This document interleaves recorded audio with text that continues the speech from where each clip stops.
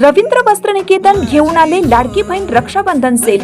महाराष्ट्र हादरवून टाकणाऱ्या भन्नाट ऑफर्स 4 ते 17 ऑगस्ट। 600 रुपयांची तक्षशिला पैठणी फक्त 216 रुपयात। क्रंची इन्स्टा ट्रेंड साडी फक्त 441 मध्ये। डोला सिल्क साडी फक्त 396 मध्ये। कल्याणी सिल्क साडी फक्त 693 मध्ये। विशाल साडी 749 मध्ये। लेडीज ट्रेंडिंग कॉर्ड सेट फक्त 296 रुपयात। 3 पीस ड्रेस फक्त 396 मध्ये। जेंट्स शर्ट एक घ्या एक मोफत। रवींद्र वस्त्रनिकेतन, सलगरे व शाखा। ताज्या बातम्यांसाठी महान करेला सबस्क्राइब करा आणि बेल आयकॉनला क्लिक करा। महादेवीला परत आणण्याच्या हालचालींना गती। अमित शहा यांच्या उपस्थितीत उपमुख्यमंत्री एकनाथ शिंदेंची दिल्लीमध्ये बैठक। खासदार धैर्यशील मानेंच्या प्रयत्नांना यश। नांदणी तालुका शिरोळ येथील जिनसेन भट्टारक पट्टाचार्य महास्वामी संस्थान मठाची महादेवी उर्फ माधुरी हत्तीन परत आणण्यासाठी केंद्र व राज्य शासन स्तरावर हालचालींना गती मिळाली आहे। या पार्श्वभूमीवर दिल्ली येथे केंद्रीय गृहमंत्री अमित शहा यांच्याकडे उपमुख्यमंत्री एकनाथ शिंदे यांच्या नेतृत्वाखालील उच्चस्तरीय बैठक पार पडली।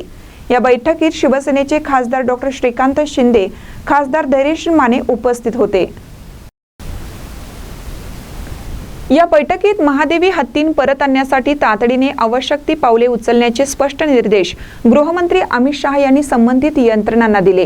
त्यामुळे खासदार धैर्यशील माने यांच्या सातत्यपूर्ण प्रयत्नांना मोठे यश मिळाले।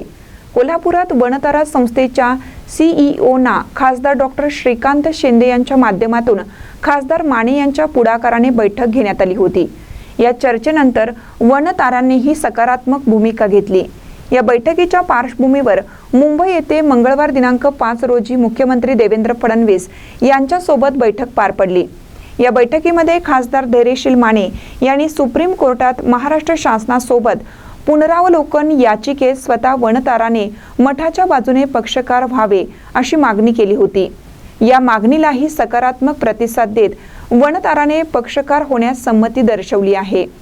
तसेच नांदणी मठामध्ये हत्तींच्या संगोपनासाठी आवश्यक ती सुरक्षा यंत्रणा उभारण्याने व वैद्यकीय सेवा देण्याचा निर्णयही वनताराने घेतल्याची माहिती खासदार माने यांनी दिली।